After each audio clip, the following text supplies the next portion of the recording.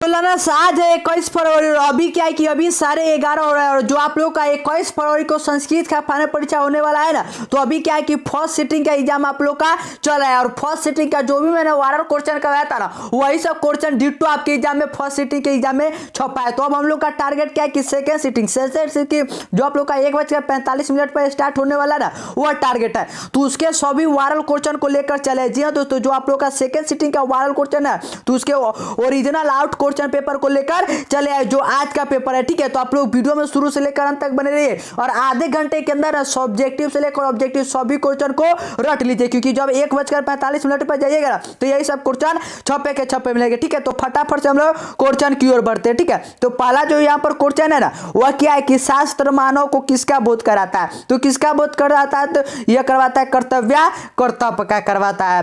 Question number 2 है क्या कि क्री धातु के लोट लटकार मध्य पुरुष एक वचन का कौन सा रूप होगा? तो इसका कौन सा रूप हो जाएगा? तो कुरु। तो राइट आंसर सी हो जाएगा। क्वेश्चन नंबर 3 जो 1:45 पर पूछा जाएगा वह क्या कि घर में लगी आग को देखकर कौन लोग प्लान हो गए? तो कौन लोग? जो झूठे आलसी से, मतलब कि धूर्त आलसी से। तो इसका राइट आंसर जाइएगा और ऑप्शन नंबर डी धूर्त आलसी को गोला कर दीजिएगा। क्वेश्चन नंबर 4 है क्या कि विनय को कौन मारता है? तो विनय को कौन मारता है? तो अकृति। तो राइट आंसर सी हो जाएगा। क्वेश्चन नंबर 5 जो पूछा जाएगा ना 1:45 पर, वही कि ऋषि गौतम ने किस दर्शन की रचना किया है? तो उन्होंने किस दर्शन की रचना किया है? तो चंद्र दर्शन का। तो राइट आंसर डी हो जाएगा। क्वेश्चन नंबर 6 जो है ना, वो है कि भव किस लकार का रूप है? तो भव कौन से लकार का है? तो यह लिट लटकार का। तो राइट आंसर डी हो जाएगा। क्वेश्चन नंबर 7 जो है ना, वो है कि वस्तुतः इस समय संसार किस महासागर के कुल मध्य दिख रहा है? तो कौन से महासागर के? तो अशांति महासागर के। तो राइट आंसर सी हो जाएगा।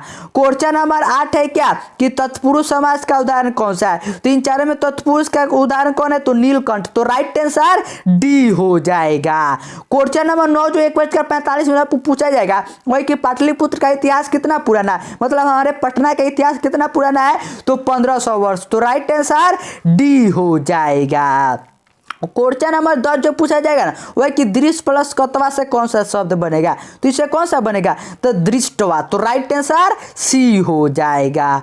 क्वेश्चन नंबर 11 है क्या कि ऋषियादि प्रणीत को क्या कहते हैं? तो ऋषियादि प्रणीत को क्या कहते हैं? तो कृतक। तो राइट आंसर सी हो जाएगा। क्वेश्चन नंबर 12 जो है ना, वो है क्या कि वनवास प्रसंग में राम सीता लक्ष्मण के साथ कहाँ पहुंचे हैं? तो राम सीता जो लक्ष्मण के साथ कहाँ पर पहुंचते हैं? तो चित्रकूट में पहुंचते हैं। तो जाइएगा और 12 के सी को गोला करके चलाइएगा।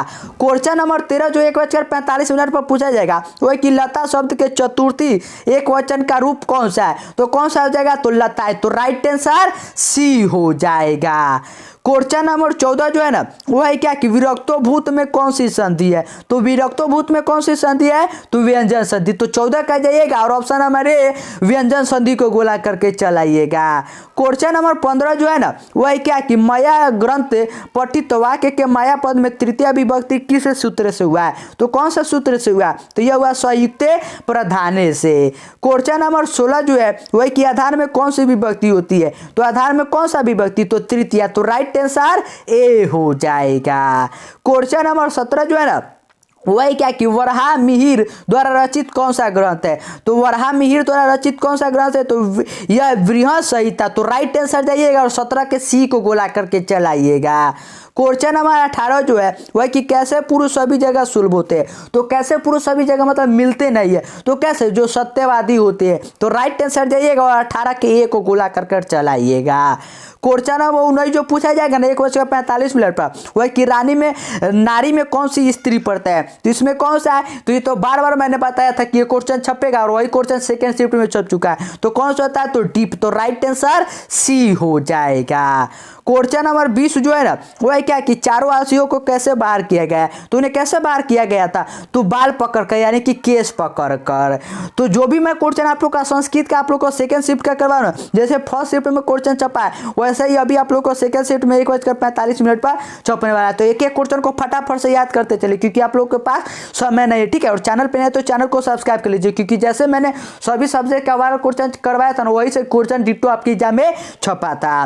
क्वेश्चन नंबर 21 है क्या कि मंदाकिनी नदी किस पर्वत से निकट बहती है, तो कौन से निकट बहती है, तो वह मंदार पर्वत के।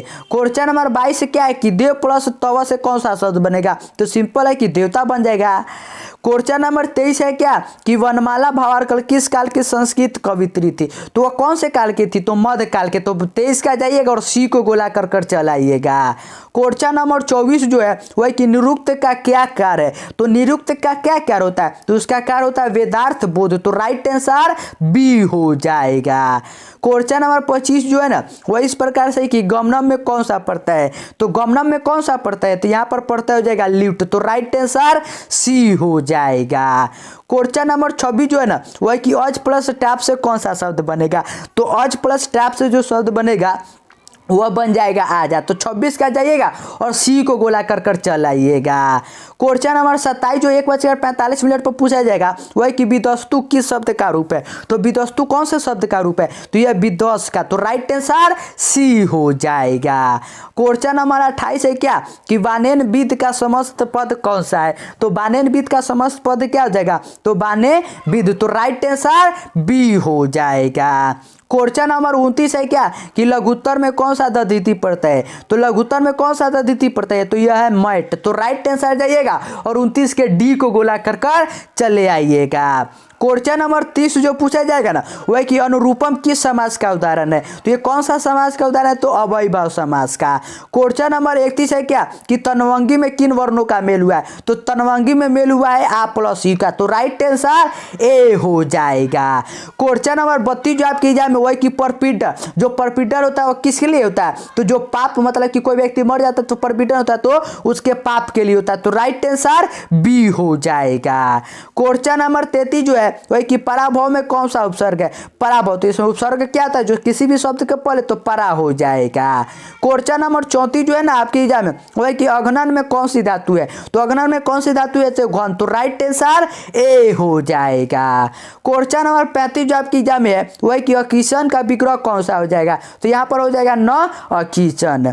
क्वेश्चन नंबर 36 जो आपके एग्जाम में वही डॉट डॉट भोजनम कृतम वाक्य के रिक्त स्थान में कौन सा पद होगा, तो यहाँ पर कौन सा पद होगा, तो यहाँ पर होगा माम, तो राइट आंसर सी हो जाएगा। क्वेश्चन नंबर 37 जो है ना वह कि अप उपसर्ग से कौन सा शब्द बनेगा, तो अप उपसर्ग से कौन सा शब्द बनेगा, तो यह बनेगा अपकर्ष, तो राइट आंसर बी हो जाएगा। क्वेश्चन नंबर 38 जो है वह कि विजयिका का काल किस शतक में मनाया जाता है, तो कौन से शतक में, तो यह नवम में, तो जाइएगा और 38 के ऑप्शन नंबर सी नवम को गोला कर कर चलाइएगा। क्वेश्चन नंबर 39 जो पूछा जाएगा वह कि अलस कथा अंतर्गत मिथिला के मंत्री थे, तो अलस कथा में मिथिला के मंत्री कौन थे, तो सभी जानते कि वीरेश्वर से, तो राइट आंसर जाइएगा और वीरेश्वर को गोला कर दीजिएगा। क्वेश्चन नंबर 40 जो है वही कि बनावटी आलस से दिखाकर कौन भोजन करते थे, तो कौन करते थे, जो धूर्त आरती से, तो राइट आंसर सी हो जाएगा धूर्त।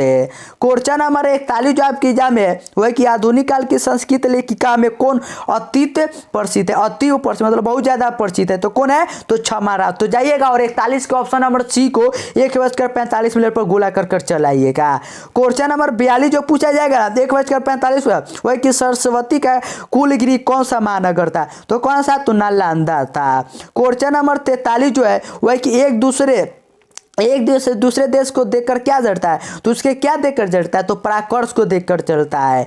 क्वेश्चन नंबर 44 है कि नर के द्वार कितने प्रकार के हैं जिससे व्यक्ति का नाश होता है, तो कितने प्रकार के, तो 3 प्रकार के, तो राइट आंसर जाइएगा और ऑप्शन नंबर सी 3 प्रकार के गोला कर कर चलाइएगा। क्वेश्चन नंबर 45 जो आपकी एग्जाम में है ना वह क्या कि दुख का विषय क्या है, तो दुख का विषय क्या है, तो दुख का विषय जानते हैं कि अशांति है, तो राइट आंसर सी हो जाएगा। क्वेश्चन नंबर 46 जो आपकी एग्जाम में वह कि स्वामी दयानंद ने किस नगर में आर्य समाज की स्थापना की, तो उन्होंने क्या किया 1875 में आर्य समाज की स्थापना कहाँ करते, तो मुंबई में, तो राइट आंसर बी हो जाएगा। क्वेश्चन नंबर 47 जो आपके एग्जाम में है वह कि वेद रूपी शास्त्र क्या होता है, तो वेद रूपी शास्त्र क्या होता है, तो नित्य होता है, तो 47 का जाइएगा और ऑप्शन नंबर बी को गोला कर कर चले आइएगा। क्वेश्चन नंबर 48 है क्या कि मातु किस विभक्ति का रूप है, तो ये कौन सी विभक्ति है, तो ये चतुर्थी है, तो राइट आंसर ए हो जाएगा। क्वेश्चन नंबर 49 जो है वह कि अपवर्गीय तृतीय सूत्र का उदाहरण कौन सा है? तो कौन सा है? तो ये तेन मासेन व्याकरम पठितम। तो राइट आंसर जाइएगा और 49 के ऑप्शन नंबर डी को गोला कर चले जाइएगा। क्वेश्चन नंबर 50 जो आपके एग्जाम में पूछा जाएगा वह कि वेर से वेर का समान क्या है? तो वेर से वेर का समान क्या होता है? तो असंभव। तो राइट आंसर बी हो जाएगा। तो जो आप लोग को संस्कृत के एग्जाम में 1 से लेकर 100 तक प्रश्न पूछा जाएगा उसमें आप लोग को 50 क्वेश्चन का ही आंसर देना। तो सभी 50 क्वेश्चन के मैंने आंसर को प्रोवाइड करते तो आप 50 क्वेश्चन के ना आंसर को याद कर लीजिए, ठीक है। और अब हम लोग क्या करते हैं कि सब्जेक्टिव क्वेश्चन की ओर बढ़ते और चैनल को अभी भी सब्सक्राइब नहीं किया तो चैनल को सब्सक्राइब कर लीजिए। तो यहाँ पर जो पूछा गया है ना पहला क्या है कि अधोलिखित गद्यांतों के ध्यानपूर्वक पढ़कर उस पर आधारित प्रश्नों का उत्तर, इसे आप लोगों को पढ़ना है। और उसके बाद जो यहाँ पर एक पदन, यहाँ पर जो एक पदन उत्तर है 2 नंबर का, इसे आप लोगों को उत्तर देना है। उसके बाद जो पूर्ववाक्यन उत्तर है, उसके बाद है कि अस्य घनसात एकम समुचित शीर्षक लिखना है। एक जो है ना आप लोग को शीर्षक लिखना है, तो इसको आप लोगों को पढ़ लीजिएगा। उसके बाद आप लोग आंसर बता दीजिएगा। अगला क्वेश्चन या उसके बाद अथवा में क्वेश्चन दिया हुआ है, अथवा में कि विद्या दस मतलब इसको पढ़ लीजिएगा। एक पदन है, पूर्व वाक्य है और उसके बाद इसमें भी क्या है कि आप लोग को शीर्षक लिखना है, तो इसे भी आप लोग देख लीजिएगा। उसके बाद क्या है कि बी नंबर क्वेश्चन है कि वर्तमान काल विज्ञान के बारे में, इसमें एक पदन पूर्व वाक्य है और इसमें भी क्या है तो इसमें भी आप लोग को यहाँ पर शीर्षक लिखना नहीं है या फिर अथवा में दिया हुआ है। उसके बाद क्या है कि संस्कृत पत्र लेखनम दिया हुआ है जो 8 नंबर का, ठीक है। और अधोलिखित इसमें पहला क्या है कि अपने परिवार के साथ की गई यात्रा का वर्णन करते हुए मित्र को संस्कृत में पत्र लिखे। दूसरा है कि बड़े भाई की शादी में जाने हेतु स्वीकृत के लिए प्रधानाध्यापक के संस्कृत में पत्र लिखे। तीसरा है कि विद्यालय में खेल प्रबंधन सुधार हेतु प्राध्यापक को संस्कृत में आवेदन लिखना है। और चौथा है कि अपने उत्तम परीक्षा फल का विवरण देते हुए पिता को संस्कृत में पत्र लिखा है। तो 4 क्वेश्चन में आप लोगों को क्या है कि 2 क्वेश्चन का आंसर देना है जो 8 नंबर का है। अगला क्या है कि आप लोगों को यहाँ पर अनुच्छेद लिखना है। क्या है? अनुच्छेद लिखना है। तो क्या है इसमें कि अनुच्छेद 1 पर लिखना है 7 नंबर का। दीपोत्सव पर लिखिए, स्मारक विद्यालय, शीत ऋतु, आदर्श छात्र या महापुरुष, किसी पर भी आप लोग लिख सकते हैं। और चौथा नंबर क्वेश्चन में क्या है कि अधोलिखित में से किन्हीं 6 का अनुवाद संस्कृत में, इसमें से 6 का आप लोग को अनुवाद करना है कि भारतवर्ष देवों की भूमि है, 4 भाइयों में राम सबसे बड़े थे, बिहार की राजधानी पटना, नदियों में गंगा सबसे पवित्र है, वे सब अपने घर में चले गए, वह पढ़कर खेलने जाता है। उसके बाद वह पढ़कर खेलने जाता है। उसके बाद क्या है कि जल में मछलियाँ चढ़ती है, गोपालक गाँव से भी घी लाता है, राम के साथ लक्ष्मण भी वन में गए, पंचवटी में राक्षसों का साम्राज्य था। और उसके बाद जो 16 नंबर का क्वेश्चन है उसमें 8 क्वेश्चन का आप लोग को आंसर देना, ठीक है। हिंदी में कि गुरु के द्वारा सात सत्य का क्या लक्ष्य बचाया गया है, वेदांतों का नाम लिखिए, आज कौन कौन सा आविष्कार विध्वंसक है। उसके बाद है क्या कि असहिष्णुता का कारण निवारण है। उसके बाद है किस कारण से मंदाकिनी जल का क्यों दूषित हो गया, मध्यकाल में भारतीय समाज को क्यों दूषित हो गया, और राम प्रवेश की प्रतिष्ठा कहाँ कहाँ देखी जा रही है।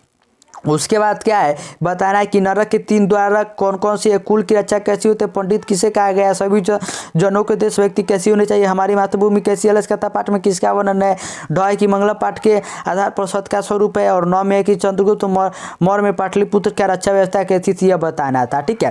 तो इसमें आप लोगों को क्या है कि 16 क्वेश्चन में 8 क्वेश्चन का ये आंसर आप लोग को देना है जो पूरे 16 नंबर का होगा। तो मैंने इस प्रकार से आप लोग को सब्जेक्टिव और ऑब्जेक्टिव सभी क्वेश्चन को बता दिया, ठीक है। तो आप लोग एक एक क्वेश्चन को याद कर लीजिए और जो आप लोगों को सब्जेक्टिव क्वेश्चन में पता हो ना उसे अच्छी तरह से क्या करिएगा कि लिख लीजिएगा, ठीक है।